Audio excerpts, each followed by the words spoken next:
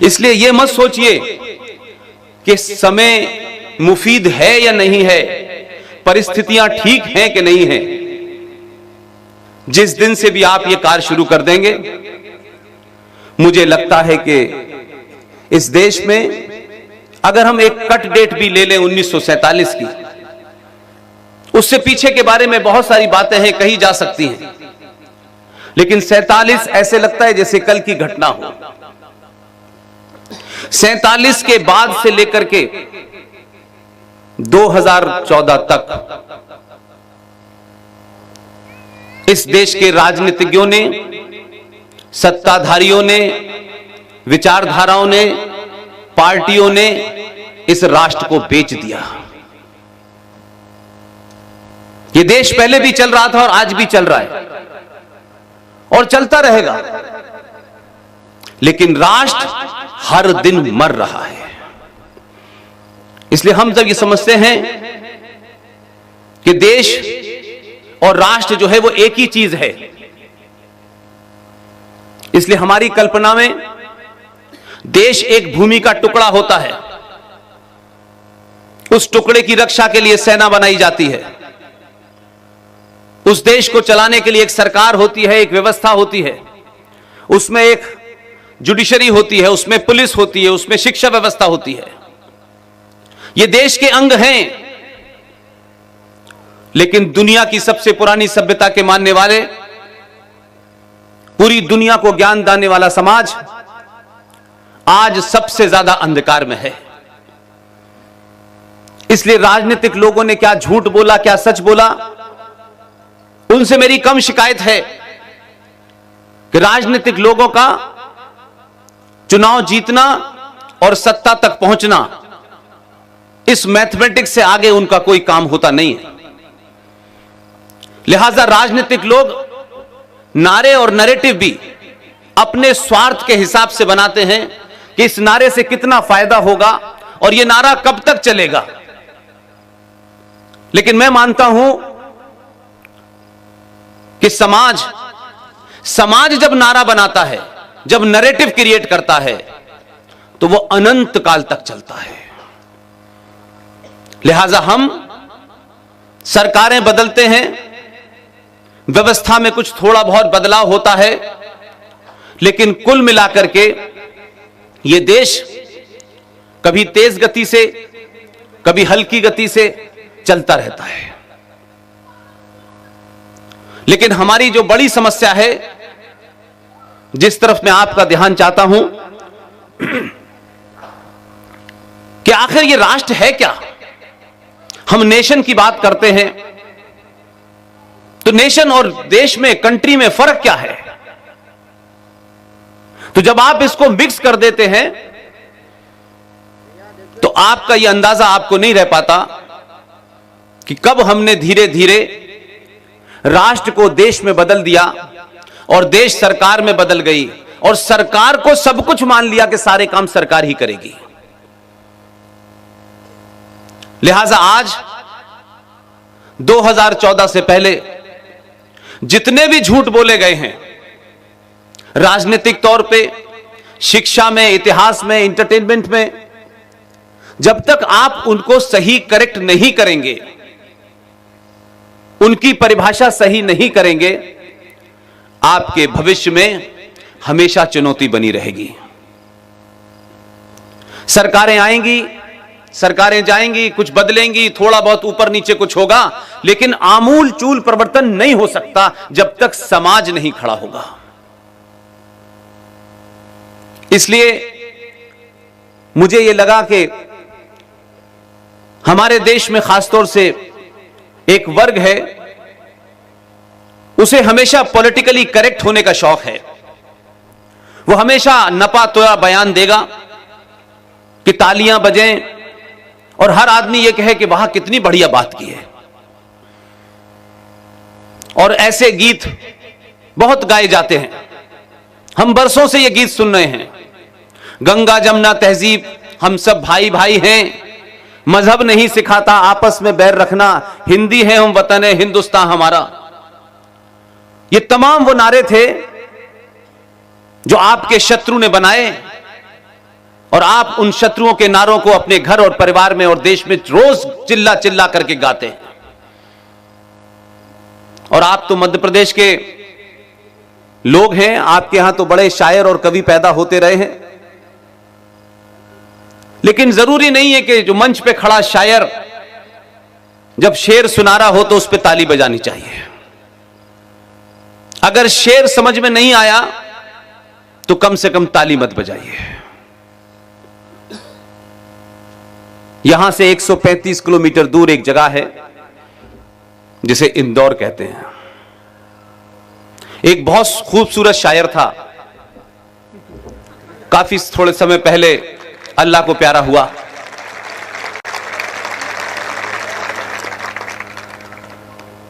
हम उसकी शायरी का न मतलब समझे, न उसके पीछे का भाव समझे, लेकिन हमें शौक है कि शायर ने कोई बात कही है तो बहुत अच्छी बात कही होगी। और इस गफलत में आप, जो शायर आपको गाली दे रहा है, आपने उस पे भी वाह वाह कहा। इसलिए शेर व शायरी का समय समाप्त हो गया है। देश में सरकार आपने बदली है, लेकिन मैं आपके सामने ईमानदारी से यह कह रहा हूं कि जितनी भी लगातार मैं सभाएं करता हूं, जहां भी जाता हूं, आज की सभा को देख के मुझे ऐसा लगता है कि ये जो बदलाव है, जब भारतीय समाज आराम से सोने का समय हो तब मुझे सुनने आए, तो समझ लीजिए कि इस देश में शाहीन बाग क्यों पैदा हो रहे हैं।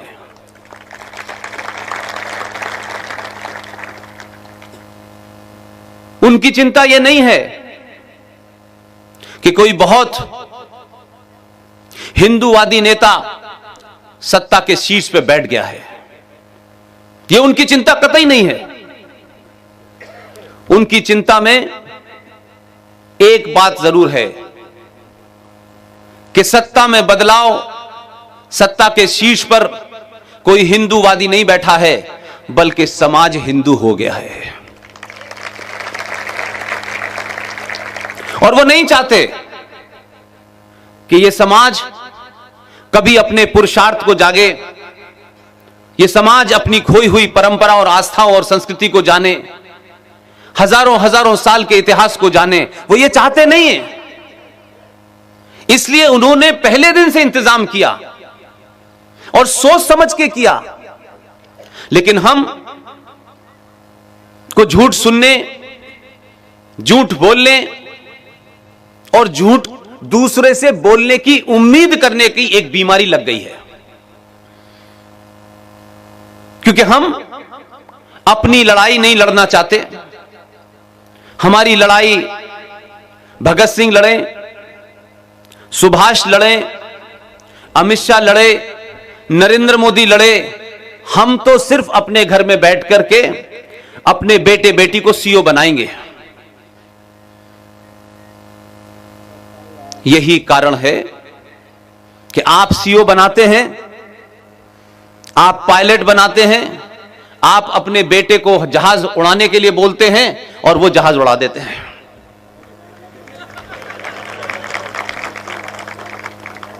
तो देश सुरक्षित है। भारतीय समाज को देश की चिंता नहीं करनी चाहिए। देश की चिंता के लिए आपने सरकार चुनी है, और सरकार की जो जिम्मेदारियां हैं, मैं समझता हूं कि 25 साल के अपने कैरियर में सरकार अपना काम वो कर रही है जो उसे करना चाहिए।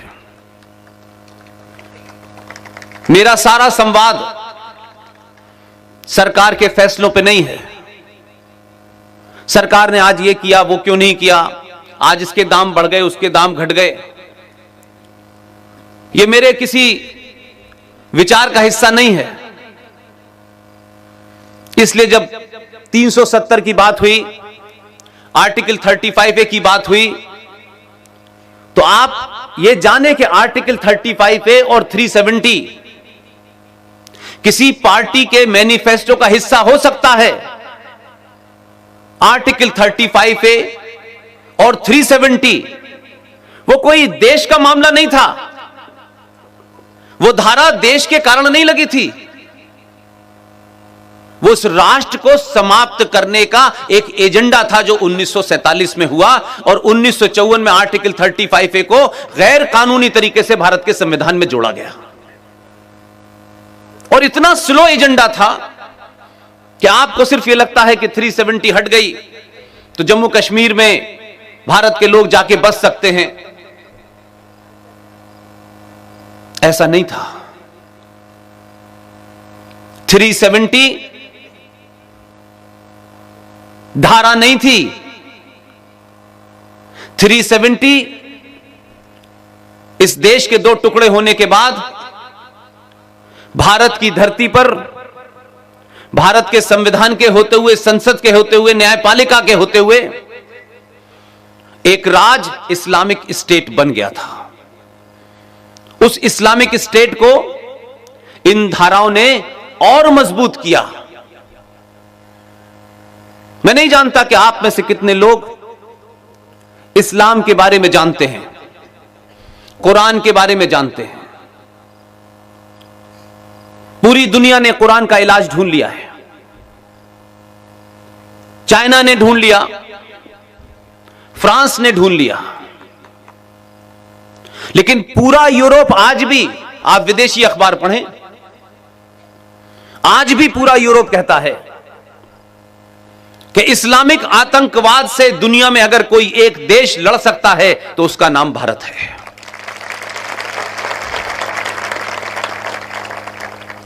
और उसकी एक खास ठोस वजह है। यह दुनिया की राय 2014 के बाद नहीं बनी है। दुनिया आपको 1947 से नहीं जानती कि बापू आए थे, चरखा बहुत तेजी से चलाया, अंग्रेज डर के भाग गए। ऐसा नहीं है। और हम वो समाज हैं जहां हर बात पे शास्त्रार्थ होता है,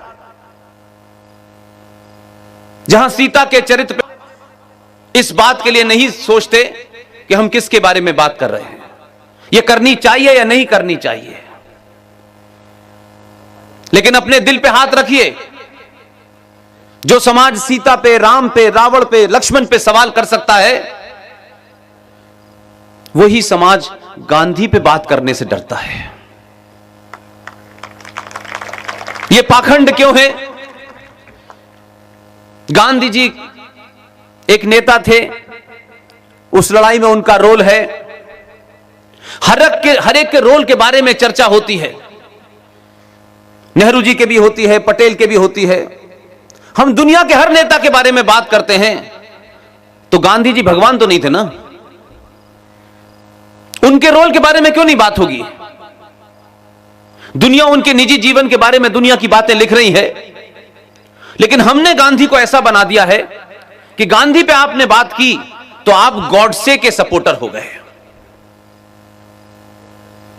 और पूरे हिंदू सनातन समाज को 70 साल में इतना अपोलोजिस्टिक बना दिया है, उनके अंदर एक हीन भावना भर दी गई है, इतना डरा दिया है कि वो सच बात कहने से डरते हैं। इसलिए आपको कुछ नया नहीं करना है, जोर जोर से तथ्यों के साथ आप अपनी बात को समाज के सामने रख दें। यह समाज आपकी बात सुनेगा और 2014 और 2019 में गलत बटन दबाता रहेगा। मैं किसी से नहीं कहता कि आप किसी पार्टी को वोट दें, यह मेरा काम नहीं है। मेरा सिर्फ इतना ही काम है कि राष्ट्र के सामने जो चुनौतियां हैं, उन चुनौतियों को पहले ठीक से समझा दें कि यह चुनौती है भी कि नहीं है। यह भी होता है कि जिसको आप चुनौती मानते हैं वो चुनौती नहीं है, और जो असली चुनौती होती है उसको हम चुनौती मानने को तैयार नहीं है। इसलिए पहले डॉक्टर बीमारी पहचानता है, तब इलाज कर पाता है। आप 70 सालों से सरकारें बदलते थे इस उम्मीद में, लेकिन आपने सरकारें बदली, सत्ता पे लोगों को बिठाया, लेकिन उस डॉक्टर को कभी नहीं ढूंढा जो बीमारी का असली इलाज जानता हो। इसलिए 2014 से पहले जैसे आपकी भावना थी, जैसे आप थे, जैसे यह समाज था, वैसे ही सरकारें मिलती थी आपको। आप किसी और को दोष नहीं दे सकते। पिछले 2014 से जितने भी चुनाव हुए, 5 चुनाव तो कम से कम मैंने अपनी आंखों से देखे। हर चुनाव में आप वोट डालने से पहले या तो यादव हैं या ब्राह्मण हैं या ठाकुर हैं या बनिया हैं या ऊपर हैं या नीचे हैं, दुनिया कुछ है, लेकिन आप सनातनी हिंदू नहीं थे। सब कुछ थे आप। तो आपने जिन बुनियादों पर सरकारें चुनी, उन्हीं लोगों ने आपके समाज का इस्तेमाल किया। 16 साल 19 साल प्रधानमंत्री रहे, लेकिन राष्ट्र को समाप्त कर गए। 2014 पैदा हो गया, लोग कहते हैं। मैं ये नहीं मानता, मैं कतई नहीं मानता इस बात को। 2014 पैदा होने से पहले सनातनी हिंदू समाज बदल गया। पहली बार आपने इस भारत राष्ट्र को बचाने के लिए भारत देश की सरकार को एक सनातनी हिंदू होकर वोट दिया। इसलिए आज जो रिजल्ट आ रहा है, उसके कारण के पीछे उसकी ताकत आप हैं। इसलिए जो धारा 370 की डुगडुगी पिछले कई सालों से हम सुन रहे थे, आर्टिकल 35 है, जो सबसे बड़ा, सबसे खतरनाक इस्लामिक वेपन था, उसको उस रूप में प्रेजेंट ही नहीं किया गया। इस पे चर्चा नहीं हुई कभी। राजनीतिक लोगों की मजबूरी मैं समझता हूं, पार्टियों की मजबूरियां होती हैं, लेकिन यह पूरा देश, सब लोग तो राजनीतिक नहीं है, सब तो किसी पार्टी के, किसी विचारधारा के बंधक नहीं है। अगर इसमें से चंद लोग भी इस राष्ट्र को बचाने की विचारधारा के बंधक होते, तो बहुत सारे काम बहुत पहले हो गए होते। इसलिए 370 का हटना, 35A का हटना, यह टेक्निकल मुद्दा हो सकता है। जो लोग कुरान मजीद को जानते हैं, जो उनकी हदीस है बुखारी शरीफ, जिन्होंने भी वो पढ़ी है, उसमें एक फलसफा है, उसमें एक फिलॉसफी है। वो फिलॉसफी ये कहती है कि कोई एक पवित्र पैगंबर आएगा जिसकी देख रेख में गजवाए हिंद की लड़ाई होगी। इस गजवाए हिंद का जिक्र हदीस में मिलता है, और वो हदीस जो मुसलमानों में सर्वमान्य है। इस गजवाए हिंद की फिलॉसफी क्या है? यह 1712 से लगातार चल रही है, आज भी जारी है, अभी तक जारी है। गजवाए हिंद का इतना ही मतलब है कि इस भारत राष्ट्र के कोने कोने में, इस भारत राष्ट्र की तमाम आस्थाओं और परंपराओं और सरोकारों में जब तक इस्लामिक झंडा नहीं फहर जाता, इस्लाम की हुकूमत नाफिज नहीं हो जाती, तब तक यह युद्ध जारी रहेगा। तो यह इस्लाम का जो पूरा आतंकवाद के माध्यम से खेल था, तो आप सुनते थे कोयंबटूर में बम धमाका हो गया, आप बनारस के हनुमान मंदिर में धमाका हो गया, दिल्ली के हाई कोर्ट में हो गया, दीगर के इस देश के कोई कोना ऐसा नहीं है जहां आतंकवादी हमला ना हुआ हो। तो ये किस लिए हो रहे थे? कौन लोग थे? कहां से आ रहे थे? और कौन इस देश में उनका स्लीपर सेल का काम कर रहा था? मैं इस बात को जब अपने कॉलेज डेज में था तब से जानता हूं। तो 370 का हटना किसी धारा का हटना नहीं है। 370 का हटना भारत में गज़वाए हिंद लाने वाले मंसूबों को हमेशा के लिए बंद कर देना है, क्योंकि जितने भी रूट आए वो उसी जम्मू के माध्यम से लोग देश भर में फैले। तो धारा 370 हटने के बाद कुछ टेक्निकल चीजें ऊपर नीचे हुई होंगी, मेरा उसमें कोई बहुत इंटरेस्ट नहीं है, लेकिन जिस दिन से धारा 370 हटी है, गज़वाए हिंद वाले बड़े मायूस हैं। और अब उन्होंने अपनी रणनीति भारत के हिसाब से बदली है। लिहाजा पूरी दुनिया में भारत की छवि को धूमिल करो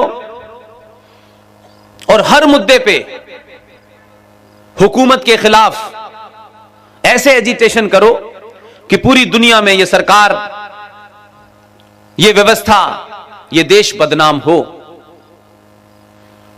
उसी की रणनीति के तहत यह जगह जगह शाहीन बाग बने।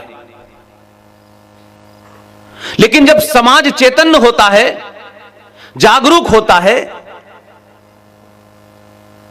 तो उसको इसका अंदाजा होता है कि इन बीमारियों का इलाज कौन कर सकता है। मैं भी 3 दिन पहले बड़ौदा में था, फिर मुझे भड़ूच भी जाना था। भड़ूच जब गया था तब मुनीम जी जिंदा थे, इस बार गया तो उनका देहांत हो चुका था। एक कांग्रेस के मुनीम थे। मैं तब भी कहता हूं और आज भी कहता हूं, गुजरात के लोगों का पूरे देश को बड़ा धन्यवाद करना चाहिए और दिल खोल के करना चाहिए, इसमें दिल छोटा नहीं करना चाहिए।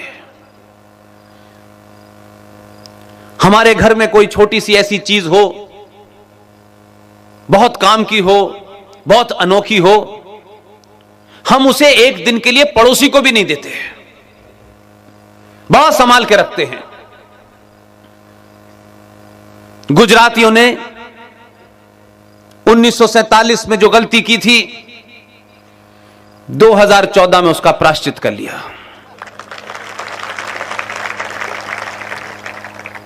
और 15 साल के बाद पूरी उस सर्जरी की पूरी प्रैक्टिस करा करके एक डॉक्टर को दिल्ली भेज दिया। आसान नहीं होता है, कोई भेजता नहीं है। आपसे भी कोई शिवराज सिंह को मांगेगा तो आसानी से देंगे नहीं आप। ये बात अलग है कि शिवराज सिंह जी उत्तर प्रदेश का उन पर असर आ रहा है आजकल।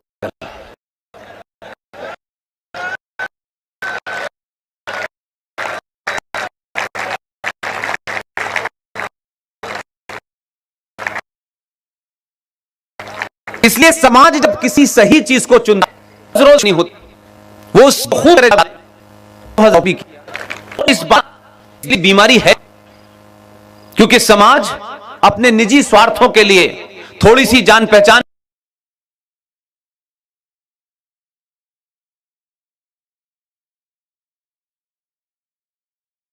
के लिए रफीक भाई की सेवैयां खाने के चक्कर में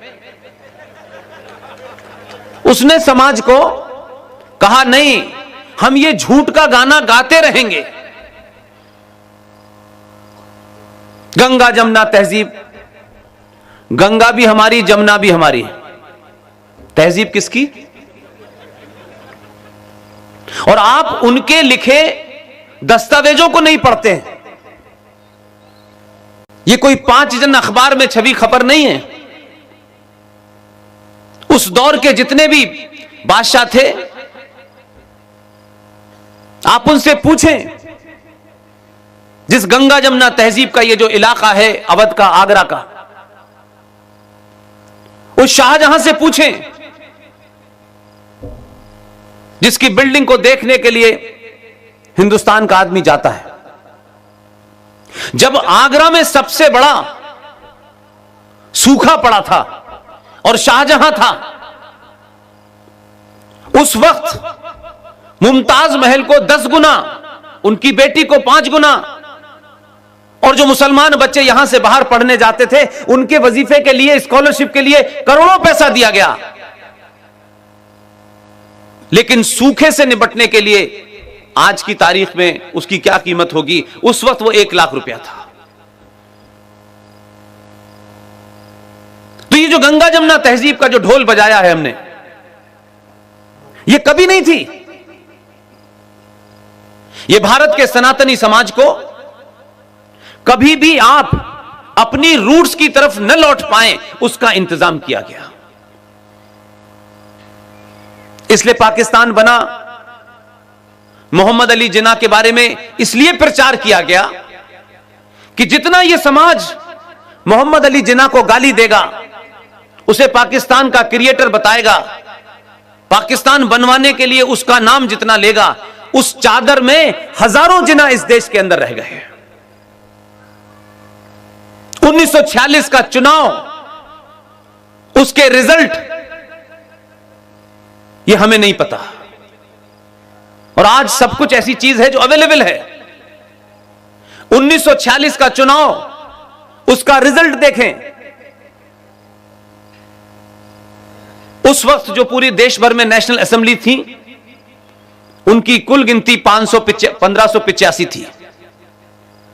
उस 1585 सीटों में से 492 सीटें मुसलमानों के लिए रिजर्व थी। 1946 का मुस्लिम लीग का जो नारा था, हर कीमत पे लेंगे पाकिस्तान, मर मर के लेंगे पाकिस्तान।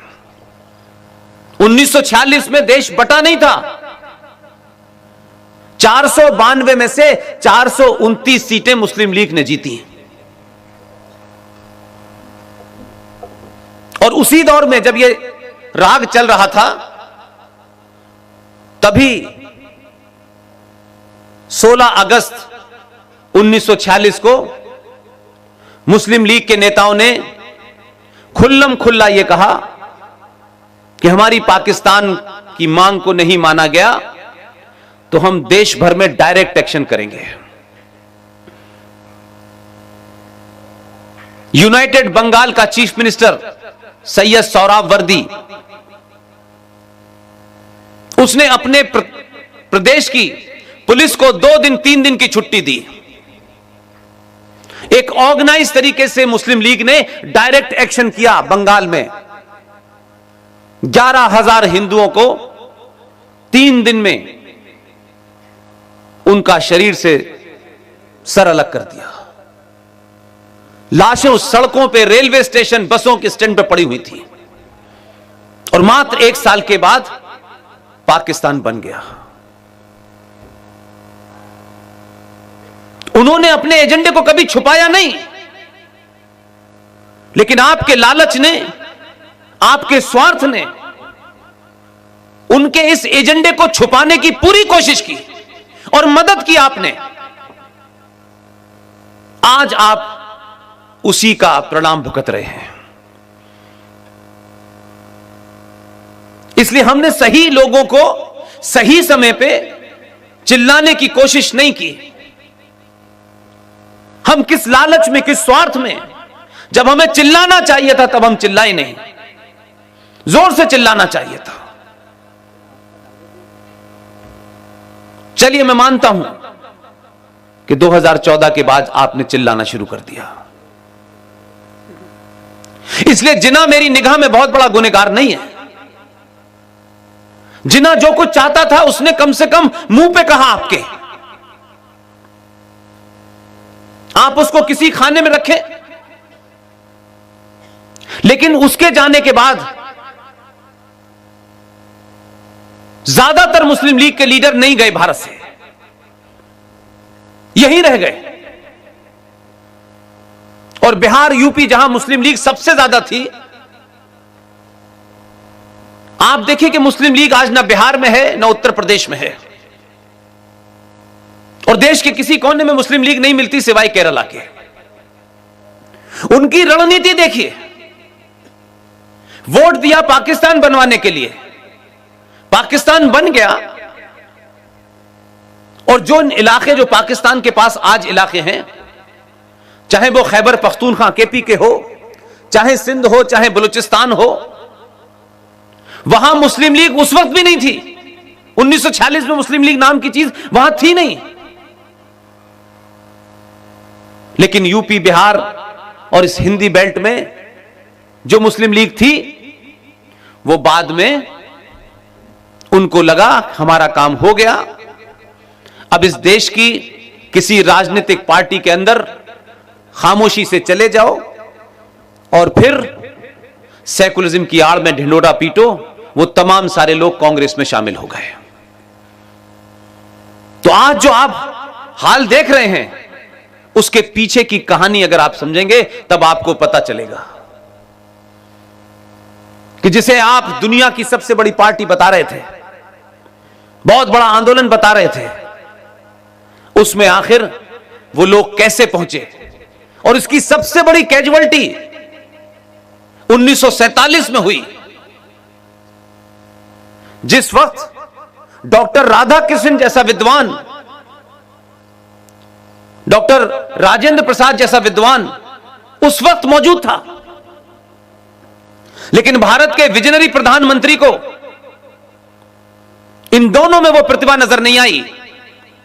उनको भारत के एक ऐसे नेता में प्रतिभा नजर आई जिसका जन्म मक्का में हुआ था, जिसकी मां मदीने की थी। 1888 में जो शख्स मक्का में पैदा हुआ, 1902 में भारत आया, 1906 में मुस्लिम लीग बनी और 1947 में वो भारत का पहला शिक्षा मंत्री बना। न स्कूल गया, न कॉलेज गया, न विश्वविद्यालय गया, लेकिन जिस वक्त राष्ट्र निर्माण होना चाहिए था, उन ताकतों को बिठाना चाहिए था, तब मौलाना अबुल कलाम जैसा फ्रॉड भारत का पहला शिक्षा मंत्री लगातार 47 से 58 तक रहा, क्योंकि 58 में उनका इंतकाल हो गया। आप इस बुनियादी बात को समझने की कोशिश करें। मेरी और आपकी लड़ाई अब इस बात की नहीं है कि सरकार ने सड़क कितनी लंबी बनाई है। मेरी यह लड़ाई कतई नहीं है कि पेट्रोल 100 रुपए हो गया है। पेट्रोल कल 5 रुपए हो जाएगा तब भी मैं खुश नहीं होऊंगा। दुनिया में रोज चीजें बदलती बिगड़ती रहती हैं। अमेरिका में इससे बुरा हाल है, जिनकी मिसाल दी जाती है वहां बहुत सारी चीजें हो रही हैं, आज आप देख सकते हैं। लेकिन हम बहुत छोटी छोटी चीजों को अपने स्वार्थ के चक्कर में इतना बड़ा बना देते हैं कि लगता है कि यही सबसे बड़ी समस्या है। सरकारों का काम है देश चलाना। देश कैसे चलेगा, किसकी कीमत कब बढ़ेगी, कब घटेगी, बाहर की अंतर्राष्ट्रीय स्थिति क्या है, हमारी पोजीशन क्या है, हम राजनीतिक तौर पर कितने ताकतवर हैं, क्या हम अपने देश में जो बदलाव करना चाहते हैं सिर्फ हमारे चाहने से हो जाएगा। अगर हम इन बातों को नहीं समझ पाते तो हमको बहुत जल्दी, बहुत तेजी से सरकारों की बातों के ऊपर टिप्पणी नहीं करनी चाहिए, क्योंकि ऑलरेडी इस देश में 20, 25, 30 करोड़ लोग हैं जिनको आप सोने की सड़कें बना दें तब भी वो कहेंगे ये अच्छी नहीं है। और ये बात मैं किसी बुनियाद पे कह रहा हूं। कश्मीर में सक्सेसिव सरकारें आई, इस विचारधारा की, गठबंधन की, लेफ्ट की, राइट की, मिली जुली, सबने जम्मू कश्मीर को पैम्पर किया। वहां का एक बहुत बड़ा लीडर, उसने खुले रूप में माना अगर कोई आतंकवादी है, कोई अलगाववादी है, कोई देशद्रोही नेता भी है, अगर वो बात ईमानदारी से कहे तो कम से कम हमें यह तो मानना चाहिए कि इसने अपनी बात तो कही है, भले ही हमें ठीक ना लगती हो। 1000 करोड़, 2000 करोड़, 500 करोड़, 600 करोड़ रोज कश्मीर को पैसा जाता है, 70 साल से जा रहा है। उसने ऐलान करके कहा कि अगर कश्मीर की सड़कों पर आप सोना भी बिछा देंगे तो हमें उससे कोई लेना देना नहीं है। हम कश्मीर में निजाम मुस्तफा स्थापित करना चाहते हैं। निजाम मुस्तफा का मतलब होता है वो हुकूमत जिसका संविधान शरिया होती है, अल्लाह की हुकूमत। तो आपके कई करोड़ देने से उनका दिल बदल जाएगा, आप किसी गलतफहमी के शिकार हैं। 1400 साल से जो फलसफा चला था, जो लोग ऊंट की पीठ पे खड़े होकर के खजूर तोड़ रहे थे, उस फलसफे को जब तक आप नहीं समझेंगे, आप इस बीमारी से, हो सकता है कुछ कुछ वक्त के लिए आपको लगे कि ये ठीक हो गया है, ये ऐसा हो गया है, ये नहीं हो सकता। ये विचार नहीं है, ये उस किताब की फिलॉसफी है। तो चाहे कितना भी कोई मॉडर्न हो, कितना भी कोई लिबरल हो, वो उस फिलॉसफी से इधर उधर नहीं हो सकता। तो इसको यह मत मानिए कि कुछ लोग खामोश हैं तो वो सुधर गए हैं। वो समय का इंतजार कर रहे हैं, वो किसी के जाने का इंतजार कर रहे हैं। इसलिए 1400 साल से उनकी फिलॉसफी नहीं बदली है। वो इंग्लैंड में क्या कर रहे हैं, वो फ्रांस में क्या कर रहे हैं, जर्मनी में क्या कर रहे हैं। लिहाजा हमें यह गलतफहमी नहीं होनी चाहिए कि वो सिलसिला रुक गया है। इसलिए मैं आपके सामने 2-3 चीजें रखना चाहता हूं। 370 हट गई है, आपको खुशी हो सकती है। मेरी पैदाइश ऐसी जगह की है कि मुझे आसानी से बहुत खुशी होती नहीं है। लिहाजा मैं मानता हूं कि जो जघन्य, ये जो पूरा मैदान, ये जो अंजड़ में इतनी आजादी के साथ आप बैठे हैं, ये आजादी कितने दिन तक रहने वाली है, मेरी चिंता का विषय यह है। इतने ही बार विषय है। और मैं अपनी जब बात को रखूं और आपकी समझ में आ जाए तो इसका इलाज ढूंढिएगा। इसका इलाज सरकार नहीं ढूंढेगी, इसका इलाज समाज को ढूंढना है। सरकार की बाध्यताएं हैं, संविधान है, शपथ है, प्रियम्बल है, ये कर सकते हैं, ये नहीं कर सकते, ये ऐसे होगा, ये वैसे होगा, उसकी बड़ी सारी धाराएं लगी हुई हैं, उसमें बहुत सारी सीमाएं हैं। लेकिन मेरी और आपकी कोई सीमा नहीं है। मुझे किसी को जवाब नहीं देना, न पार्टी को, न पार्टी हाईकमान को, न सरकार को। मैं अगर जवाबदेह हूं तो सिर्फ भारतीय सनातनी हिंदू समाज के प्रति। मुझे किसी और की चिंता नहीं है। उनकी चिंता करने के लिए बहुत लोग हैं। इसलिए हम घर घर में देखते हैं, 2 भाइयों में देखते हैं, रोज अखबारों से ये खबरें भरी रहती हैं। एक भाई की जमीन 2 भाइयों के बीच में जरा सी जमीन के बंटवारे के लिए 10 गज जमीन के लिए हत्याएं हो जाती हैं। ये 100 गज मेरी है, ये 500 गज मेरी है। लेकिन लार्जर पिक्चर आपको बताता हूं तो इसको जरूर मनन कीजिएगा। और आज के दौर में, संचार क्रांति में, सब कुछ आपके पास है।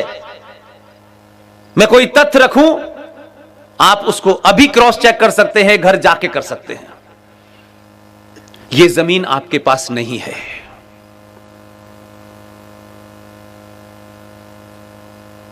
ये जो हम बहुत इतरा के घूम रहे हैं और कुछ लोग खामोश हैं, उनको पता है कब शुरू करना है।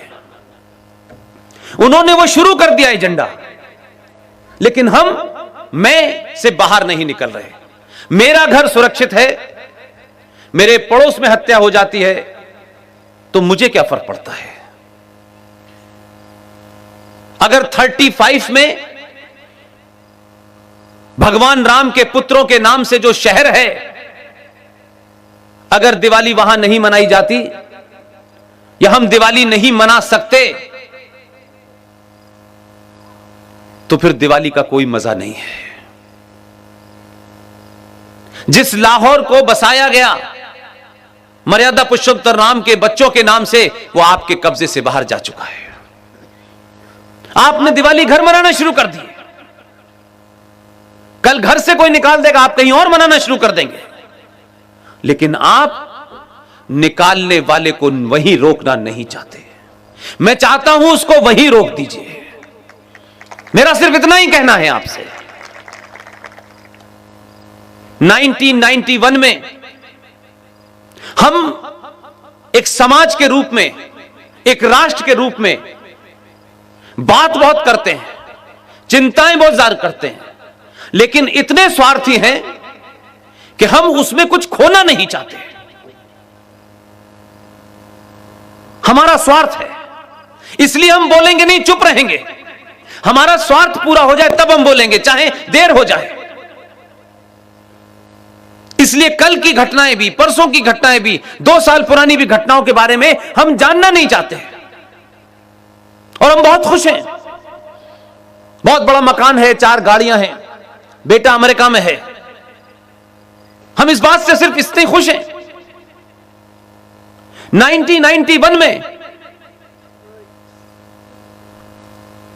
राम मंदिर का आंदोलन अपने चरम पे था। आप सब लोगों के सामने की बात होगी। तमाम पार्टियां मौजूद थी सत्ता में। संसद के अंदर एक जघन्य अपराध हुआ। बहुत सारे राष्ट्रवादी मूक दर्शक बने बैठे रहे। इसलिए जब यह बात कहो तो लोगों को लगता है किसी खास के खिलाफ हैं। मैंने बार बार कहा, मैं किसी के भी खिलाफ हो सकता हूं, सिर्फ राष्ट्र के खिलाफ नहीं हो सकता। इसलिए मेरी चिंता का विषय दूसरा है। 1991 में भारत की पार्लियामेंट में एक इल्लीगल काम हुआ, एक फ्रॉड हुआ। किसी ने उसको चैलेंज नहीं किया क्योंकि सबके स्वार्थ थे। नरसिम्हा राव की सरकार ने बहुत सोच समझ के एक गाजर पकड़ा दिया आपको कि इसे आप खाते रहिए, और कहा कि यह राम मंदिर आंदोलन है, इसको हटा करके अयोध्या में मर्यादा पुरुषोत्तम राम के मंदिर को जिस बाबर ने तोड़ा था, इस मुद्दे को इसको हटा देते हैं और बाद में एक कानून ले आते हैं। या तो वो विजनलेस लोग थे या तत्कालिक स्वार्थ के लिए चुप थे, लेकिन उनकी चुप्पी ने इस राष्ट्र को घुटनों के बल टिकवा दिया है। एक सरकार के दबाव में 1991 में भारत की पार्लियामेंट में एक कानून बना। उस कानून का नाम था प्लेसेस ऑफ वर्शिप एक्ट 1991। पूजा के अधिकार पे एक कानून बना। वो कानून क्या है कि 15 अगस्त 1947 को, उस दिन तक जितने हजारों, जो भारत का रिकॉर्ड है, जो आर्काइव में मिलता है, 30,000 से ज्यादा मंदिर, उनको या तो चर्च में या मस्जिदों में कन्वर्ट कर दिया गया। और कानून बना के 15 अगस्त 1947 को जो इनका स्टेटस है, ये स्टेटस बना रहेगा। कोई, किसी ने यह नहीं पूछा कि भाई यह कैसा कानून हो सकता है कि जिस आदमी ने मेरा घर लूटा, जिसने मुझे बेघर कर दिया, मेरे घर पे कब्जा कर लिया, और भारत की पार्लियामेंट यह कहे कि अब यह कब्जा जो है आज से लीगलाइज होता है, इसकी यथास्थिति बनी रहेगी, आप कोई दूसरा मकान ढूंढ लीजिए। और दबाव देखिए कि जितने मंदिर तोड़े वो सारे रिकॉर्ड पर हैं। और आपकी आस्था के केंद्र थे। हजारों मंदिर, उनको आप जीवन भर देखें, आपकी आने वाली नस्लें देखें कि कैसे बाबा विश्वनाथ की धरती पर एक नंदी, जो भारत के संविधान के पेज नंबर 3 पे छपा हुआ है, उस नंदी को जब आप बनारस जाते हैं तो आप गौर से जरा 5 मिनट तक उसकी आंखों में देखिए। आस्थावान लोग हैं, धार्मिक लोग हैं आप लोग। जिस नंदी के आगे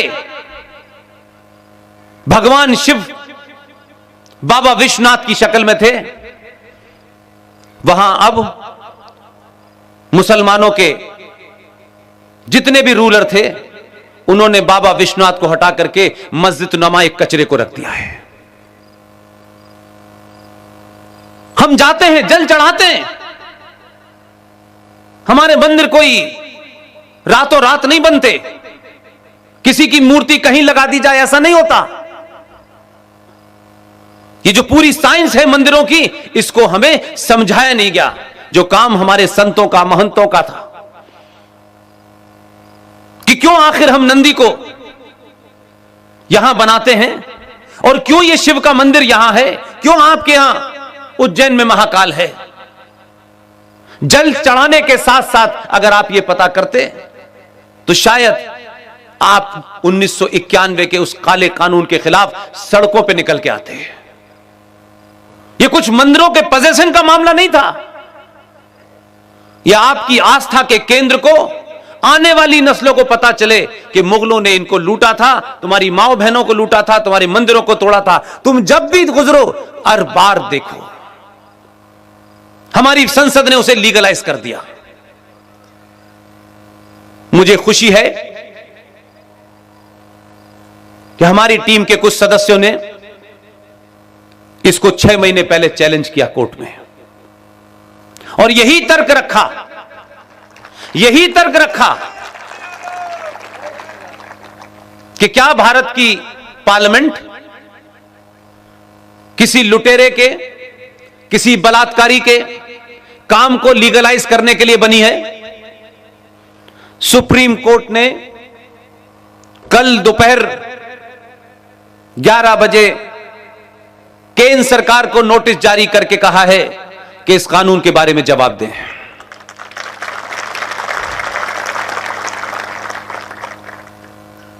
इसी तरीके से एक बहुत ही खतरनाक एक कानून जो 1923 में बना था, 1956 में उसे अमेंड किया गया, 1995 में उसे अमेंड किया गया, और 2013 में फिर मैं यही कहूंगा, क्या राष्ट्रवादी ताकतें नहीं थी?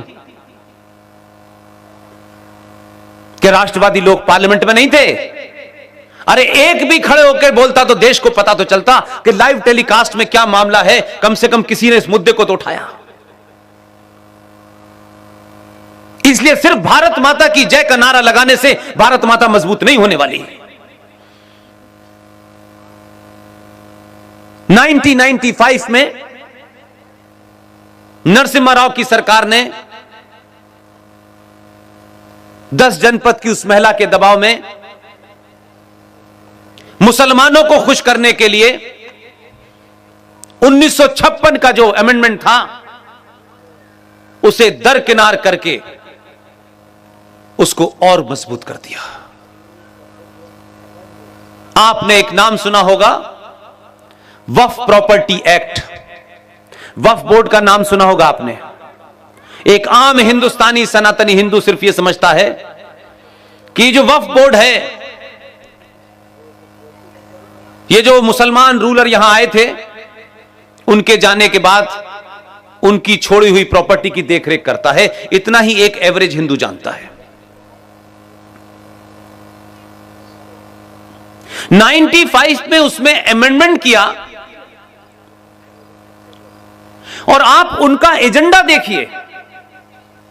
वो अपने एजेंडे में इतने शार्प और तेज हैं कि वो किसी गलतफहमी में नहीं है। छोटी छोटी बातों से खुश होके ताली बजा के चिल्लाते नहीं है, नारे नहीं लगाते। वो जब तक उसको मजबूत ना कर दे जिसको बदला ना जा सके। ये खबर आपको 95 में नहीं पता चली, 98 में सरकार बदली तब भी पता नहीं चली, लेकिन उन्होंने उसी सरकार से, सरकार के जाते जाते 2013 में वक्फ प्रॉपर्टी एक्ट को भारत की पार्लियामेंट के अंदर इतना ताकतवर बना दिया है कि सिर्फ मैं उसका एक क्लॉज आपको बताना चाहता हूं। यह पूरी जमीन खिसक जाएगी। मेरे लिए मुद्दा यह है, 100 रुपए का पेट्रोल नहीं है। वक्फ प्रॉपर्टी एक्ट की धारा 40 क्या कहती है कि अगर इस ग्राउंड पर इसका कोई मालिक होगा, वक्फ प्रॉपर्टी बोर्ड के 2 लोग, उनको यह लगे कि यह प्रॉपर्टी वक्फ बोर्ड की है, उनको लगे और वो ये कहें कि यह वक्फ प्रॉपर्टी है, तो सेक्शन 40 वक्फ प्रॉपर्टी एक्ट 2013 उनको इस बात का अधिकार दिया गया है, संसद ने ताकत दी है कि उस बोर्ड के 2 लोग, they will instruct and give the order to the district magistrate to vacate this place within 24 hour. District magistrate को यह जगह खाली करा करके उनको बताना होगा कि माई बाप हमने यह खाली करा दी है। इसका जो मालिक होगा वो वक्फ बोर्ड का जो उनका लीगल सेल है उसके सामने खड़े होकर बताना होगा कि यह जमीन मेरी है। और अगर वो रिजेक्ट कर दें तो वो यथास्थिति बनी रहेगी जब तक हाई कोर्ट में आप अपील करेंगे।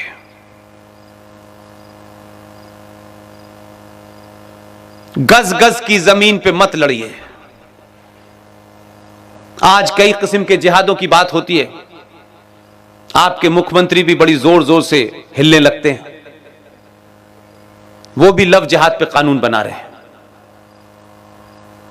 कानून उस समाज में बनते हैं जो सभ्य समाज होता है, जो कानून की इज्जत करता है।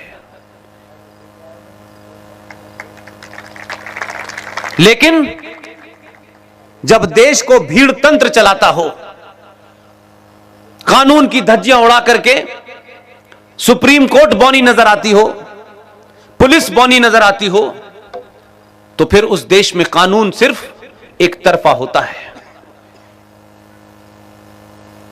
लिहाजा आप जिस चीज की बात कर रहे हैं, आप सब कुछ कानून से तय कराना चाहते हैं, और कानून को चलाने वाला अंग राष्ट्र का नहीं है, देश का है।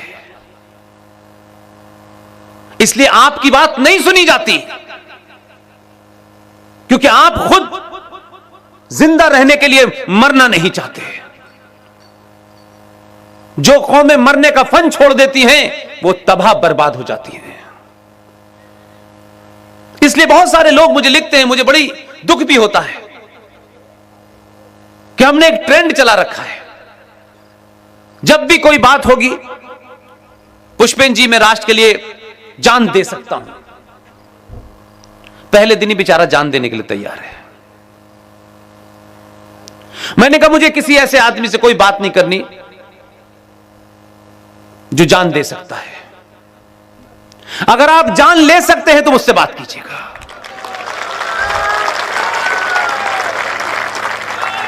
और यह जान किसी की सड़क पर किसी मासूम की हत्या करके नहीं चाहता मैं।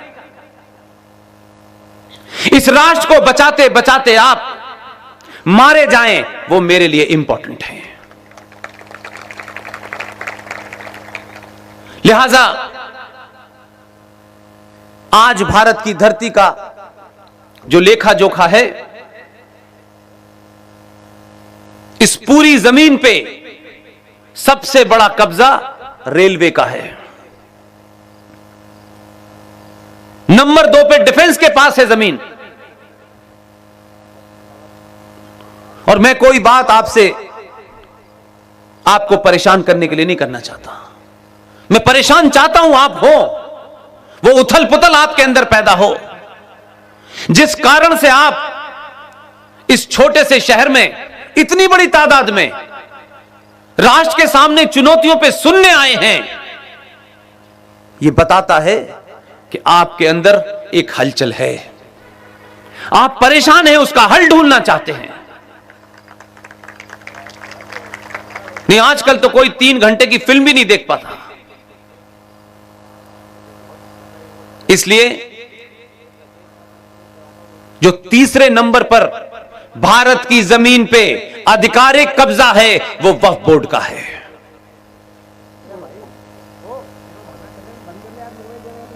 और ये एक्ट पास होकर रखे हुए हैं, उनको मालूम है this is not the time to talk about it. अभी इस पे बात नहीं करनी है। अभी तो हमने ये रखा हुआ है, हम जिस दिन हमारा समय आएगा हम उस दिन सवाल करेंगे कि भारत की पार्लियामेंट ने यह कानून पास किया है। इस कानून के तहत वो जो इंदौर वाला था, मैं सीरियस बात कह रहा हूं, उनसे मेरी कोई जाती लड़ाई नहीं है। वो एक बात को धीरे से कह रहा था, आपको इनडायरेक्टली समझा रहा था, लेकिन सनातनी हिंदू समाज उस पे तालियां बजाता था। मैं बहुत बार सोचता हूं, एक साधारण परिवार में पैदा हुआ, सब लोग जिंदगी में अपनी नौकरी वोकरी करने आते हैं।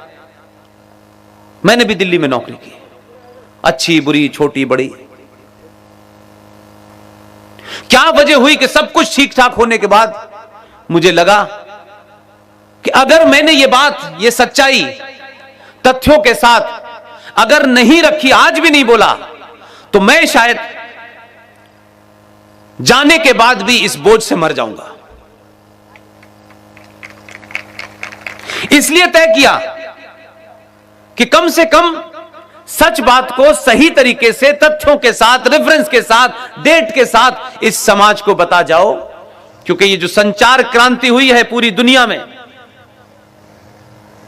मैं मानता हूं, अपने समाज को जानता हूं, इसलिए कह रहा हूं, ये जो डिजिटल मीडिया की आज जो संचार क्रांति हुई है, अगर इसको सही मायनों में आप देखें, जिसने भी इसको ईजाद किया है सिर्फ सनातनी हिंदू के लिए हुई है। यह समाज इतना चुप था कि अपने मन की बात भी 2014 के बाद कह पा रहा है। अपने मन की बात नहीं कह पाता था, सिर्फ दूसरों की सुनता था। दूसरे किस बात से खुश होंगे, किस बात से नहीं खुश होंगे, यही हमारे मूल में था। अरे हम कब खुश होंगे इसकी चिंता कब किसी को है कि नहीं। लिहाजा 2021 के भारत में मैं सबसे कहता हूं, कौन नाराज होगा, कौन आपसे बातचीत करना बंद कर देगा, आपकी किससे दोस्ती टूटेगी, यह महत्वपूर्ण नहीं है। आपने दूसरों के लिए अपने देश की धरती के टुकड़े किए, जो धरती आपके पास थी उसकी भी हालत खराब कर दी। 2021 के भारत में अब जिसको नाराज होना है वो हो जाए, और पूरी दुनिया इस बात की चिंता करे कि सनातनी हिंदू जिसमें खुश होगा वही बात है, जो नहीं होगा वो हमारा नहीं होगा। हम किसी को खुश करने के लिए कुछ नहीं करेंगे। ये खुश करने की, ठोड़ियों में हाथ डालने की बीमारी अब हमारे पास नहीं होनी चाहिए। हमारी खुशी की चिंता करो। हम 1712 से लगातार दुनिया को खुश करने के लिए हमने सब कुछ दांव पे लगा दिया है। अपनी पहचान, अपनी संस्कृति, अपने चिन्ह कि तिलक लगाने से अजीज भाई नाराज होते हो तो अभी हो जाए। मुझे कोई चिंता नहीं है उनकी। उनकी चिंता करते करते सनातनी हिंदू समाज की चिता जल गई है। मैं मानता हूं, सच बोलिए, पूरी जोर से बोलिए, और कौन नाराज होगा इसकी चिंता मत कीजिए। हमारे जितने आइकॉन थे उनके बारे में जिस तरीके की परिभाषा की गई है उसको सही करना मेरा और आपका काम है। अभी कहा गया, भारत के बारे में बताया गया कि भारत सिर्फ माता है, हम भारत को माता मानते हैं, लेकिन पड़ोसी नहीं मानता। वो अपने मुल्क को माता नहीं कहता। कभी यह पता करने की कोशिश की है कि वो माता क्यों नहीं कहता? हमारी एक ही माता थी, उनकी 13 है, किसको माने? इसलिए पिताजी को मानते हैं वो, उनका संकट दूसरा है, उसमें कोई बदलाव नहीं है। फिर 13 में से कौन सी वाली को माने? तो पहली वाली को मानेंगे तो तीसरी वाली 7 साल की नाराज हो जाएगी।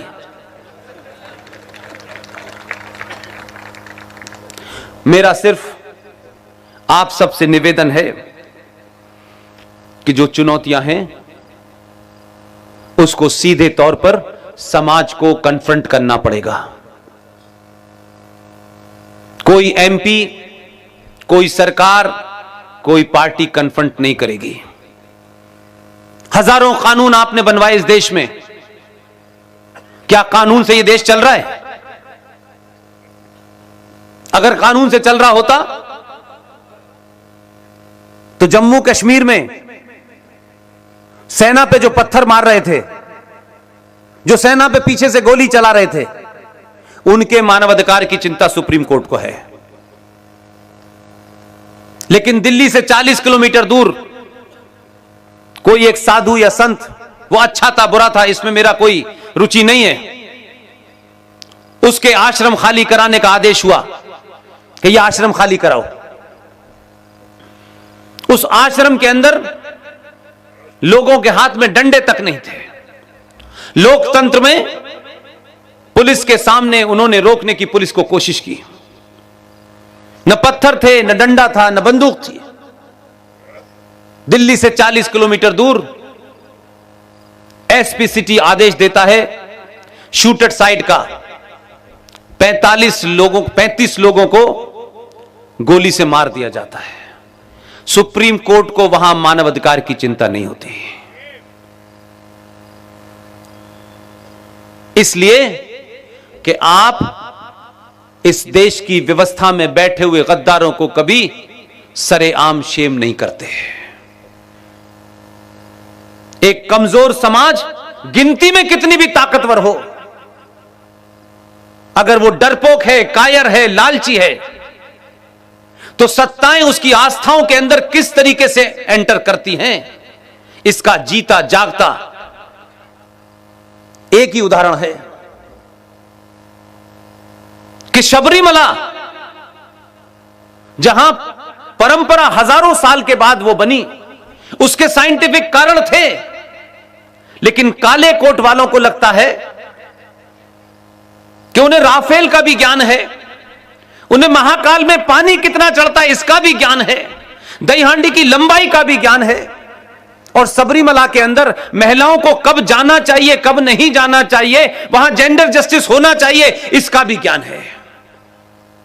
क्योंकि आपने अपनी आस्थाओं को सरकारों के और उस सरकार की व्यवस्था चलाने वाले इंस्टीट्यूशन के हाथ में छोड़ दिया है।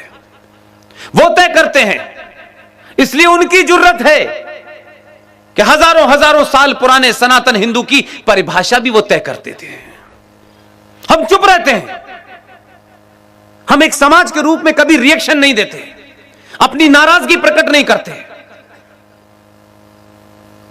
तो जो उनको जेंडर जस्टिस सबरीमला में चाहिए था, वो मस्जिद में क्यों नहीं चाहिए?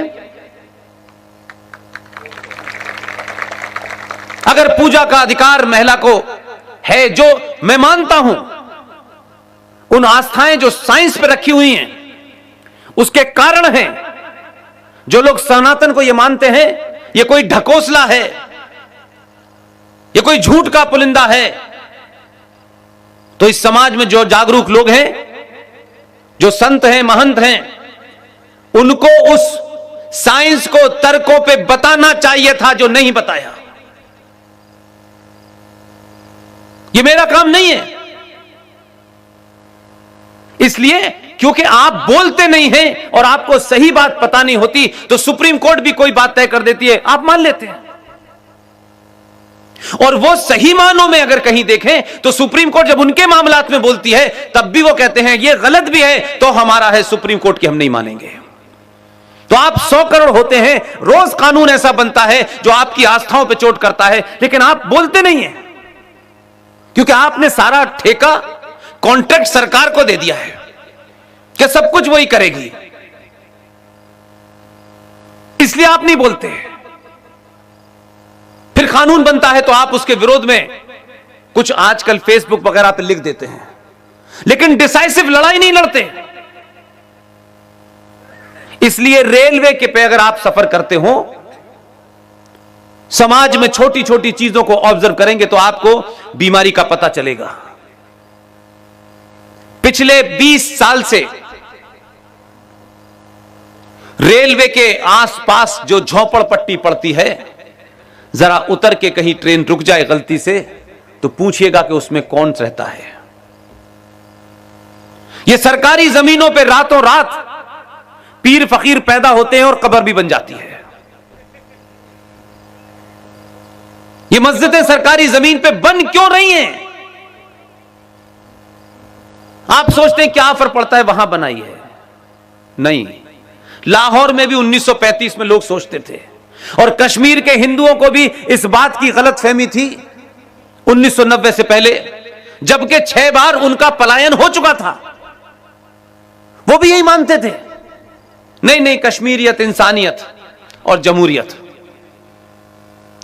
19 जनवरी 1990 के बाद कश्मीरी हिंदुओं को पता चला इंसानियत का मतलब क्या होता है। जब तक आप तबाह ना हो जाएं तब तक आप चेतते नहीं हैं। इसलिए अमेरिका जैसा देश, जब हम ये कहते थे पूरी दुनिया में कि आतंकवाद एक समस्या है, इस आतंकवाद के लिए ग्लोबल पॉलिसी बननी चाहिए, तो अमेरिका के लोग मालूम है क्या कहते थे? वहां की सरकारें भारत को समझाती थी, no no no no no no no no no no, it's not a jihad, no no, it's not a terrorism, it is a law and order problem. 9/11 में अमेरिका राष्ट्र की शानदार, जो उस राष्ट्र के गौरवशाला को बताती हैं, उस वैभव को बताती हैं, जब उन 2 बिल्डिंगों को उसामा बिन लादेन के सिपाहियों ने नस्ते नाबूद कर दिया तो अमेरिका ने कहा no no, it is terrorism. और उन्होंने इलाज ढूंढा, और ऐसा इलाज ढूंढा, न यूएनओ से पूछा, न किसी से सर्टिफिकेट लिया, और 2 मुल्क तबाह कर दिए उन्होंने। उसके बरखिलाफ हजारों हमले होने के बाद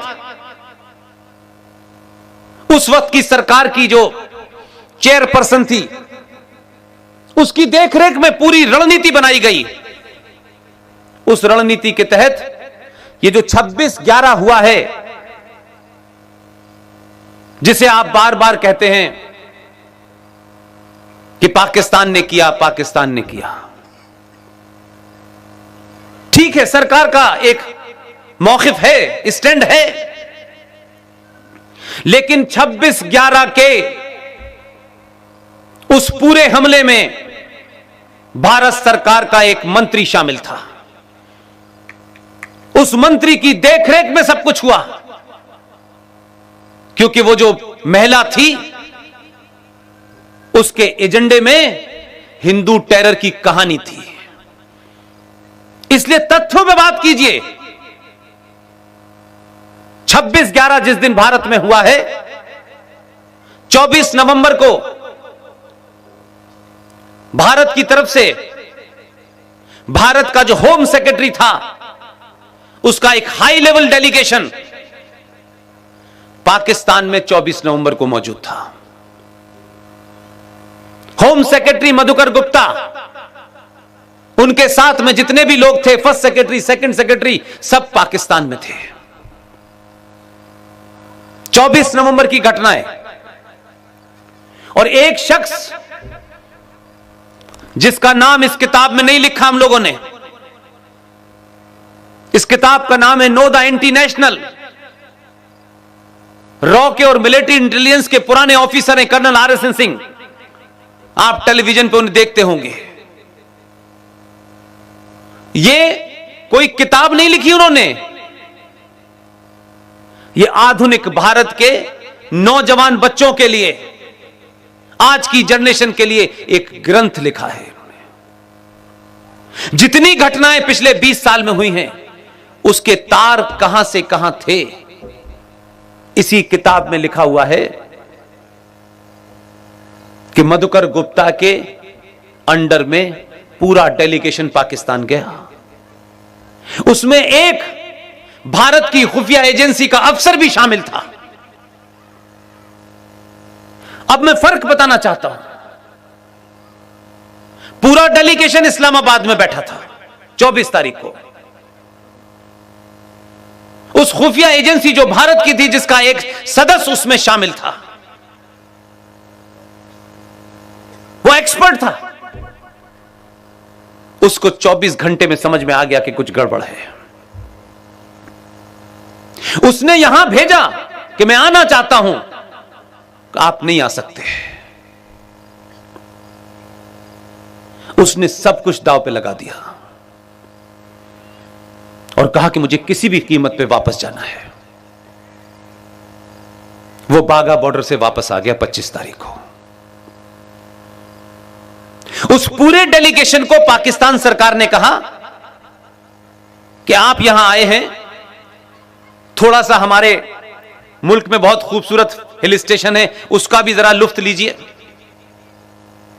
इस्लामाबाद से 32 किलोमीटर ऊपर एक पहाड़ी है जिसे मरी कहते हैं, बहुत अच्छा हिल स्टेशन है। पूरा डेलीगेशन हमारा उस मरी हिल स्टेशन पे 26 तारीख को बैठा हुआ था। उनको पता था कि वहां से कोई कम्युनिकेशन नहीं हो सकता, लेकिन दूसरी चीज का प्रत्यक्ष गवाह हूं, वो इसमें शामिल नहीं है। उनका नया एडिशन आएगा, उसमें शामिल होगा। 26 तारीख को जिस वक्त मुंबई में गेटवे ऑफ इंडिया के माध्यम से वो जो आतंकवादी आए थे, जिसको आपने टेलीविजन पे लाइव देखा, उसी समय पाकिस्तान का विदेश मंत्री दिल्ली में महिलाओं के प्रेस क्लब में बैठा था। इतना फुल प्रूफ इंतजाम किया था कि किसी को शक न हो। इनका अपना एजेंडा था और इस एजेंडे की मदद के लिए पाकिस्तान ने पूरी मदद की इनकी। कि कसब जब पकड़ा भी गया, पहले तो उम्मीद नहीं थी, पकड़ा गया तो उसके हाथ में कलावा किस लिए बांधा था, किस एजेंडे के तहत कलावा बांधा गया था। वो शख्स जो आया आईबी का, उसको इतना प्रताड़ित किया गया, इतना प्रताड़ित किया गया। इसलिए मैं कहता हूं कि सत्ताएं, व्यवस्थाएं, ये पुलिस, ये नौकरी सिर्फ घर रोटी पानी चलाने के लिए तो हो सकती है। अगर आपने उसका इंतजाम कर लिया है तो उसके लिए अपने जमीर को मत बेचिए। उसने सब कुछ बर्दाश्त किया। वो शख्स जिंदा है, उसका नाम किन्हीं कारणों से हम लोग सार्वजनिक नहीं लेते। उसने सारी बात बता दी, किसका फोन दिल्ली से जा रहा था, क्या इंस्ट्रक्शन थे। उसको जाने नहीं दिया घर, जब वो 25 तारीख को बाघा बॉर्डर से दिल्ली, अब घर नहीं जाने दिया उसको। जब सब कुछ हो गया, उसके बाद पता चला कि इसको सारा राज पता है, उसको टॉर्चर किया। तो आज आपको पाकिस्तान, चाइना, बांग्लादेश, बाहरी ताकतों से कोई भारत को खतरा नहीं है। आपने सरकार चुनी है, सरकार की जो जिम्मेदारी होती है वो सरकार कर रही है। और उस जिम्मेदारी में अगर पेट्रोल 200 रुपए लीटर भी होता है तब भी मुझे कोई तकलीफ नहीं है। हम करोड़ों रुपया मंदिरों पे चढ़ा देते हैं, लाखों करोड़ रुपए की दावतों में निकाल देते हैं, भोज में खत्म कर देते हैं, अपनी झूठी शान दिखाने में खत्म कर देते हैं। लेकिन अगर यह राष्ट्र अगले 100 साल के लिए सुरक्षित हो जाए तो पेट्रोल फ्री में भी मिल सकता है।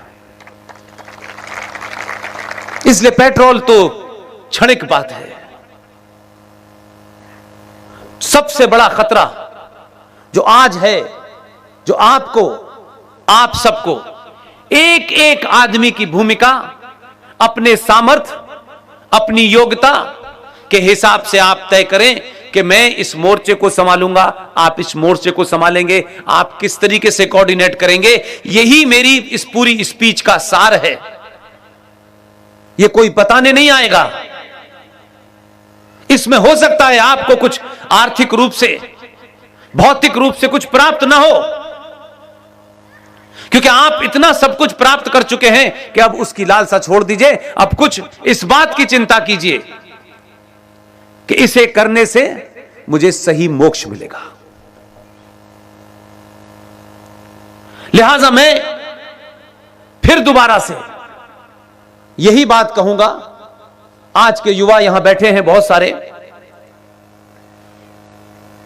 युवाओं ने एक बड़ी कोशिश की, बहुत जानना चाहते थे जब एक फिल्म आई, और हमारे युवा और हमारी छोटी छोटी बेटियां फिल्मों से बहुत मुतासिर होती हैं, फिल्म से बहुत सारी चीजें देखती हैं, और फिल्मों में बताया जाता है कि खूबसूरती की परिभाषा तैमूर की अम्मी है। खूबसूरती की परिभाषा तैमूर की मम्मी नहीं है। अगर खूबसूरती की कोई भाषा है और आप फिल्म इंडस्ट्री से मुतासिर होते हैं, इन्फ्लुएंस होते हैं, तो बाहुबली की देवसेना है। अपने नैरेटिव को बदलिए।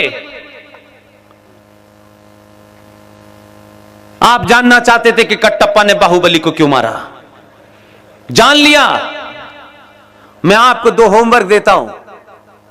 अब आप जाने लाल बहादुर शास्त्री को किसने मरवाया, सुभाष चंद्र बोस की सुपारी किसने ली थी।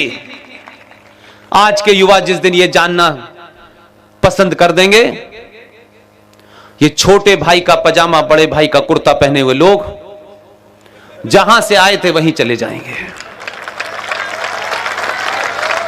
चौराहे चौराहे, गली गली सवाल पूछिए। आप सवाल नहीं पूछते हैं, आप पिछले 1000 साल से लगातार जवाब दे रहे हैं।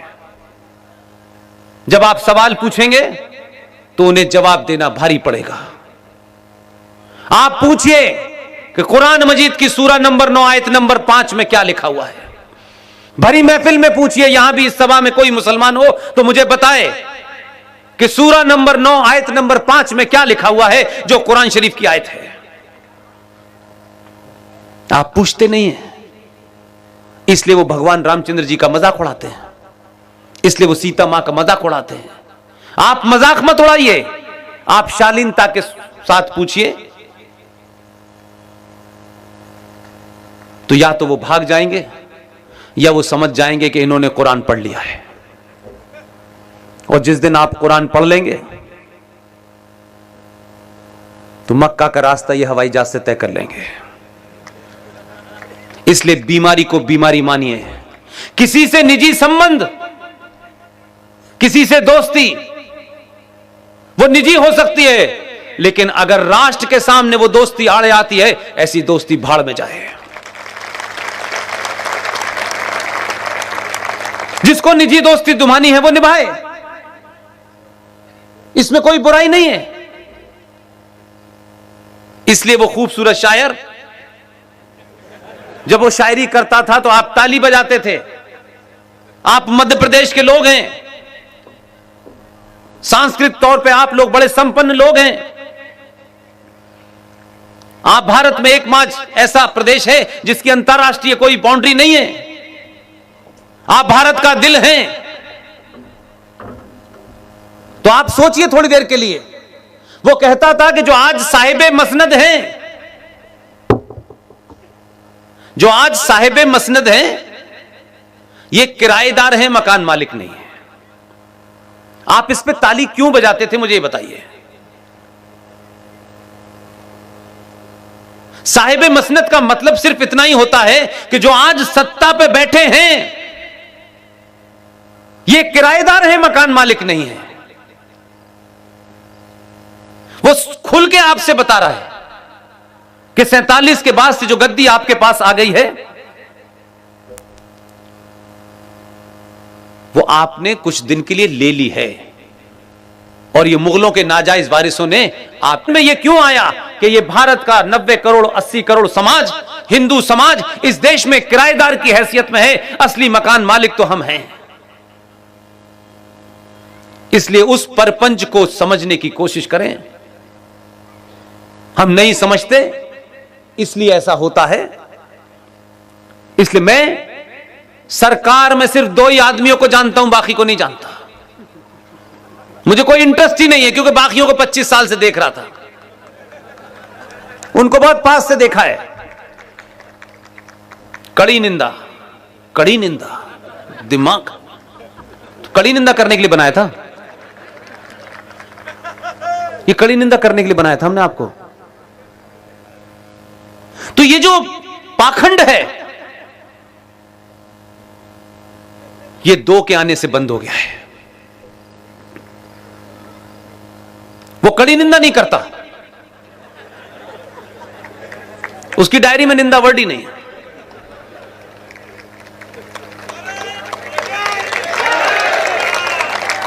इसलिए आपके पुरुषार्थ को जगाने के लिए, आप कौन हैं, किसकी संतानें हैं, यह जगाने के लिए कुछ छोटी छोटी घटनाएं भी अगर आप देखें। मैं आज आपके सामने खड़ा हूं, सार्वजनिक मंचों से साफ कहता हूं, मेरा कोई राजनीतिक एजेंडा ही नहीं है, इसलिए किसी संगठन में जुड़ना ही नहीं चाहता। इसलिए चाहे जीडी बख्शी हो, आरएसएस हो, सुशील पंडित हो, ललित अंबरदार साहब हो, अंकुर शर्मा हो, ये सब लोग सब कुछ अपना दांव पे लगाने के बाद बोल रहे हैं। सुशील पंडित के खिलाफ आपने दिल्ली में कुछ लोग देखे पकड़े, सुशील पंडित की आवाज रुक गई क्या? जितनी धमकियां आती हैं उतनी ताकत से हम बोलते हैं, और हमारे बोलने में कोई जेर जबर का फर्क नहीं होता, कोई शब्दों का हेर फेर नहीं होता कि धमकी आ गई है तो शब्द बदल दें, बल्कि उस शब्द के लिए जो भी कड़ा शब्द है वो प्रयोग करते हैं। 2021 है,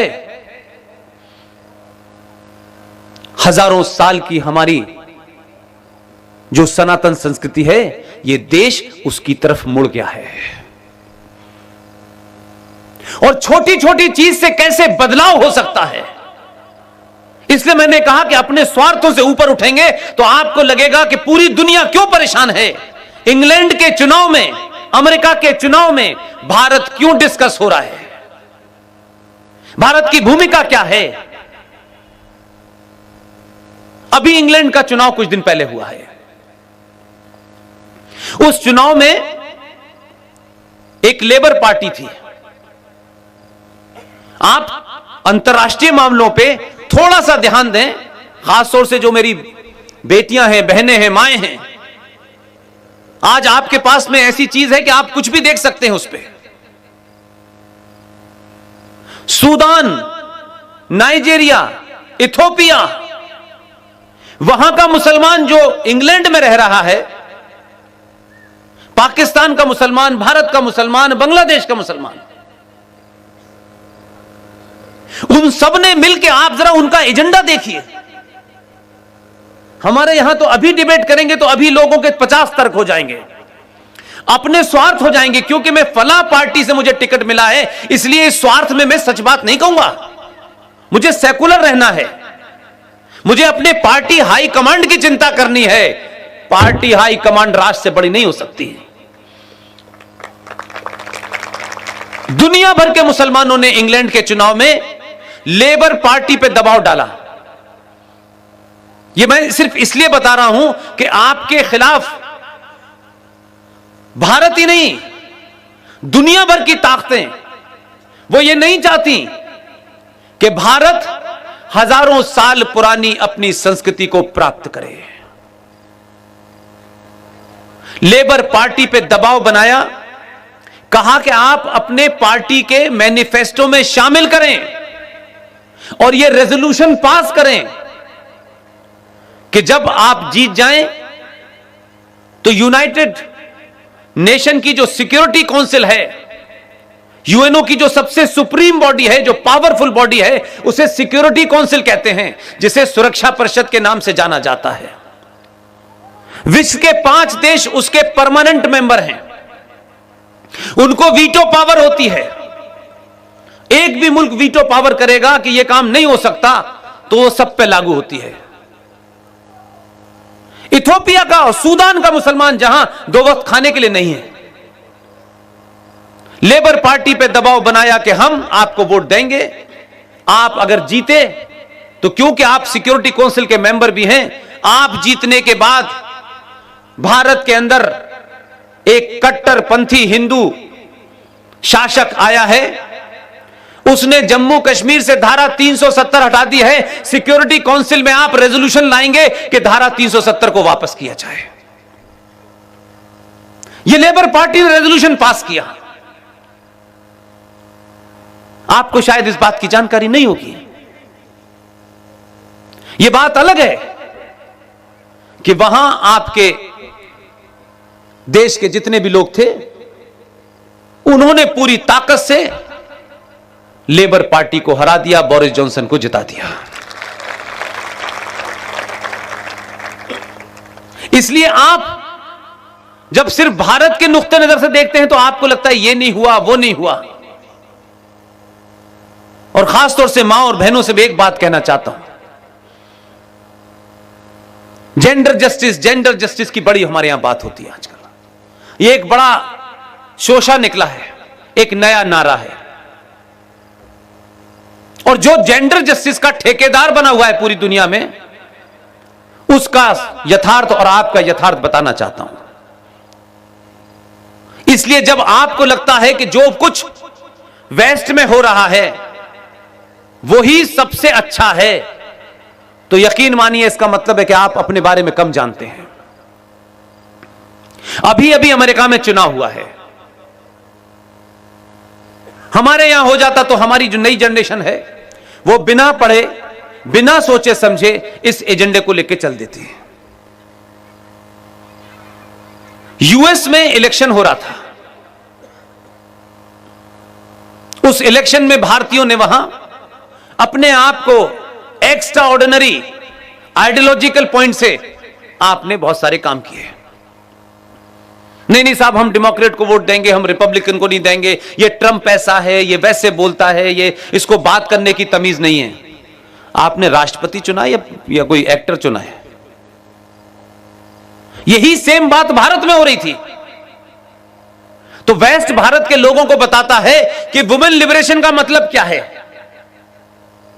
जिसने महिलाओं को पूरी दुनिया में एक कमोडिटी बना दिया है, उसको कैसे कैसे बेचा जा सकता है, उसके कपड़ों को कैसे बेचा जा सकता है, उसके शरीर को कैसे बेचा जा सकता है।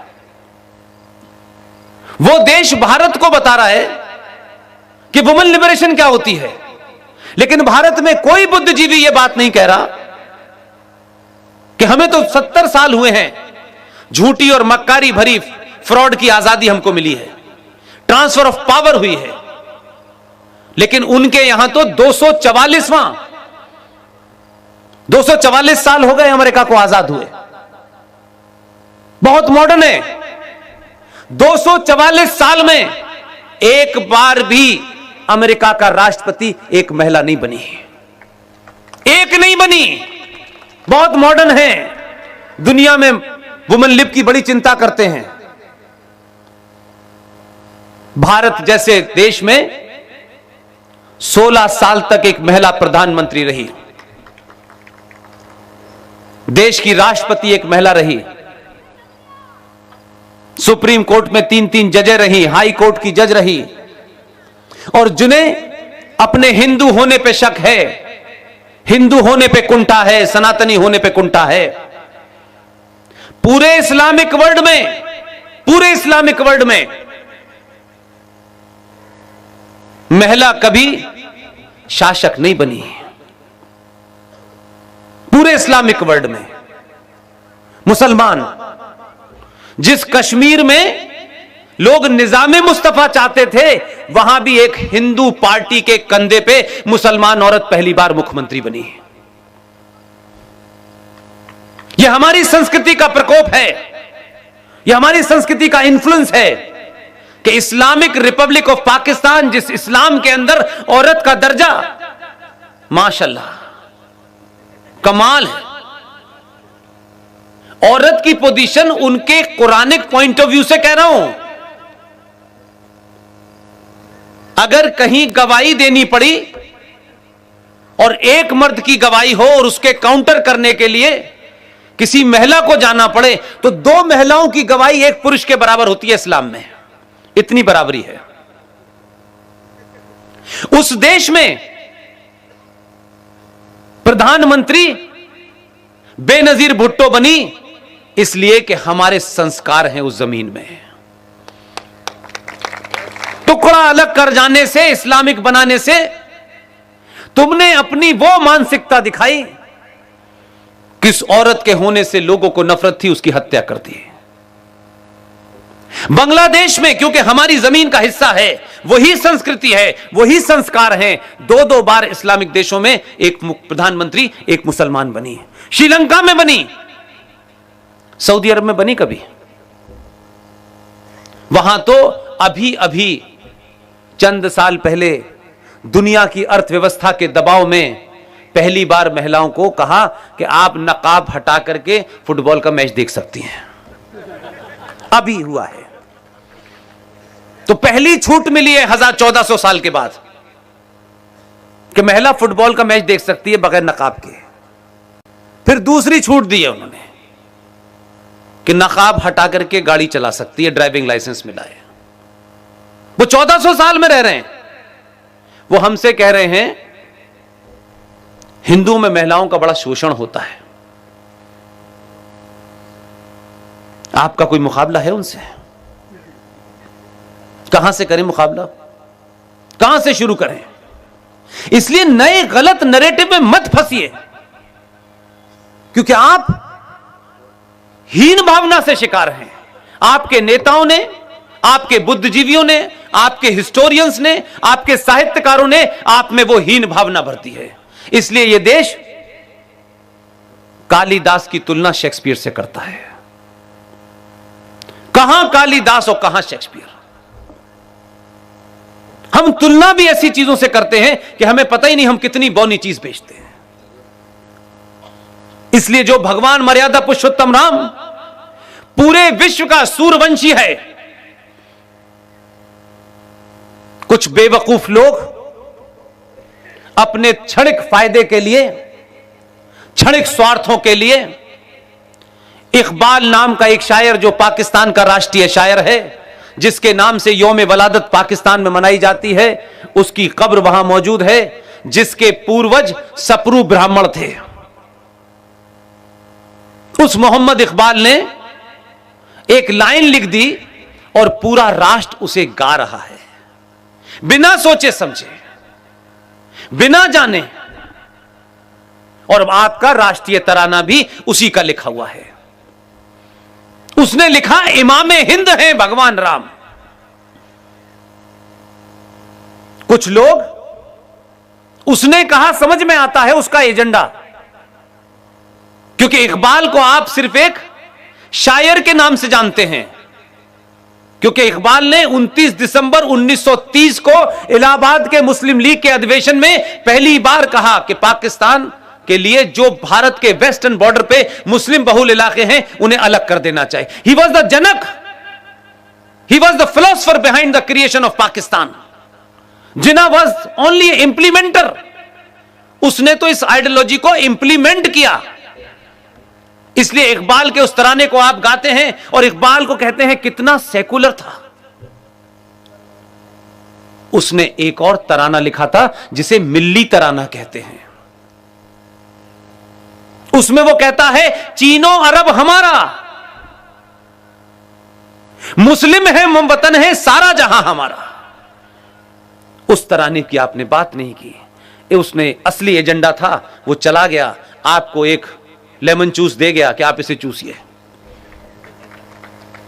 और अब कुछ मूर्ख लोग अपने स्वार्थों के लिए भगवान राम को इमाम हिंद कह रहे हैं। ना इमाम जानते, ना इमाम का मतलब जानते, लेकिन हमें भी कुछ ऐसा करना है जिससे लोग हमें देखें और हमें कोई नया किस्म का भाईचारा क्रिएट करना है। इमाम हिंद का मतलब क्या हुआ? इमाम कहां का होता है? इमाम किसी मस्जिद का होता है। मस्जिद में इमाम साहब होते हैं, वही नमाज पढ़ाते हैं। हिंद, यह हिंदुस्तान एक मस्जिद है, उसका इमाम भगवान राम है। आप कहां हैं इस मस्जिद में? यह चल रहा है पोस्टर बना बना के। उसने किया समझ में आता है, आप क्यों बना रहे हैं? भगवान राम विश्व का है पूरे, उसे आपने भारत जैसे, हिंदुस्तान जैसी एक मस्जिद बनाई गई है, उस मस्जिद का इमाम बना दिया है और हम ताली बजा रहे हैं। इसलिए बदलाव को जमीन पर महसूस कीजिए जो भौतिक रूप से समझ में नहीं आता है। आज भी कई सारे दिन में बहुत सारे लोग मिले, उन्होंने बहुत सारी चर्चाओं में एक चर्चा यह भी की कि यहां कन्वर्जन बहुत है आसपास के इलाकों में। बहुत चिंतित थे बेचारे। इस चिंता को मैं इसलिए बहुत ही सतही मानता हूं कि आपको अगर सही तरीके से लड़ना नहीं आता, इसमें आपकी गलती है। आप अपने शब्दों में लव जिहाद के लिए कानून मांगते हैं, लेकिन लव जिहाद के पीछे की थ्योरी को नहीं समझते और उसको कैसे कम किया जा सकता है उस पर काम नहीं करना है। आप बताइए, हमारी संस्कृति में इतनी सारी माएं बैठी हुई हैं, दुनिया में अगर कोई एक शब्द, सिर्फ एक शब्द में यह तय करना हो कि सबसे बड़ा सच क्या है, इसे एक शब्द में बताइए, और दुनिया का सबसे बड़ा विश्वास क्या है, इसके लिए एक शब्द चुनिए, सिर्फ एक शब्द की टाइम है। अगर दुनिया की सबसे बड़ी सच्चाई है तो उसके लिए एक ही शब्द है, उसका नाम है मां। इसको दो बार सोचिए मैं क्यों कह रहा हूं ये बात। ये एक ऐसा यथार्थ है कि इस पर डिबेट हो ही नहीं सकती, न साइंटिफिक हो सकती, न आस्था के केंद्र से हो सकती। एक ही वर्ड है दुनिया की सबसे बड़ी सच्चाई, मां। और एक ही शब्द में सबसे बड़ा विश्वास दुनिया का अगर कोई है, ये जो मां है मेरी, मैं जब होश संभाल के बोलने लगता हूं, ये जिसकी तरफ इशारा करके बता देती है ये तुम्हारा बाप है, जिंदगी भर उससे कभी सर्टिफिकेट नहीं मांगता। इसी को विश्वास कहते हैं। हम उस परंपरा के लोग हैं। वो दिल्ली वाला मुख्यमंत्री होता तो सर्टिफिकेट मांग लेता अपनी मां से, वो अलग मामला है, वो प्रमाण मांगता है हर चीज का। इसलिए इन दो शब्दों की ताकत आपको बताता हूं मैं। अगर आप उन गरीब जो ग्लूकोज के एक बिस्किट के ऊपर अपने गले में क्रॉस डालने पे मजबूर हैं, पूरा डांग का इलाका है, वहां एक हमारी बहन है, बहादुर है, नेहा पटेल बहुत बड़ा काम कर रही है। रात के 2 बजे भी अगर कसाई किसी गाय को ले जाए तो अपनी कार से रोकती है। उस पर हमले हो चुके हैं। कुछ हिंदुओं ने दलाली की कमाई से अपने हिस्से के कारण उस लड़की के खिलाफ मुहिम चलाई और उसे जेल भिजवा दिया।